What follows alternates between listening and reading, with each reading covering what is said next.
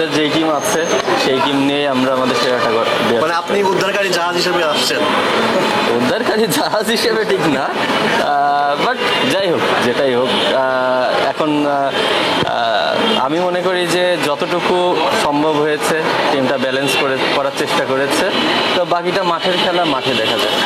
আপনি বলছিলেন যে উদ্ধারকারী হিসেবে বা আপনারা আসছেন বিপদে পড়েছে বলে, বাট ঘরোয়া ক্রিকেটে তো আপনি one of the finest captain হিসেবেই পরিচিত। সেই জায়গা থেকে আপনার কাছ থেকে টিম কি প্রত্যাশা করছে বা আপনি আপনার টিমের কাছ থেকে কি প্রত্যাশা করছেন? আসলে আমার উপরে তাদের প্রত্যাশা আছে বলেই তো তারা আমাকে নিয়েছে। তা আমার উপরে তাদের ওই বিশ্বাসটা না থাকলে নিত না। হয়তো বা এর আগে তাদের হাতে অপশন আরও ভালো ছিল, আরও বেটার অপশন ছিল। এই মুহূর্তে তারা মনে করেছে তাদের পরিস্থিতি অনুযায়ী আমি বেস্ট অপশন হব, সেই জন্য আমাকে নিয়েছে।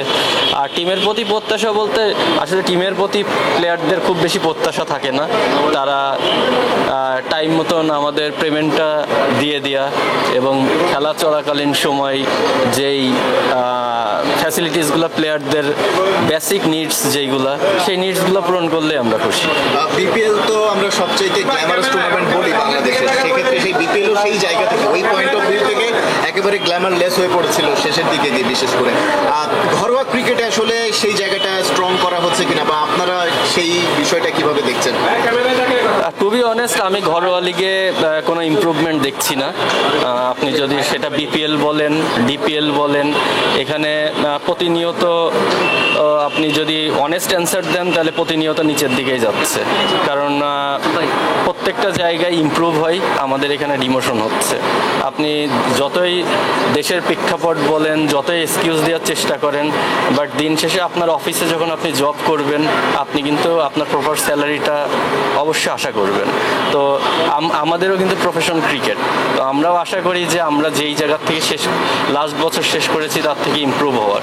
কিন্তু আপনি ম্যাক্সিমাম প্লেয়ারের কথা যদি বলেন, ম্যাক্সিমাম না, 100% প্লেয়ারদেরই আপনার পেমেন্ট রিডিউস হয়েছে এবং হিউজ পরিমাণে পেমেন্ট রিডিউস হয়েছে, যেটা প্রফেশনাল প্লেয়ার হিসেবে আমরা কখনো এক্সপেক্ট করি না।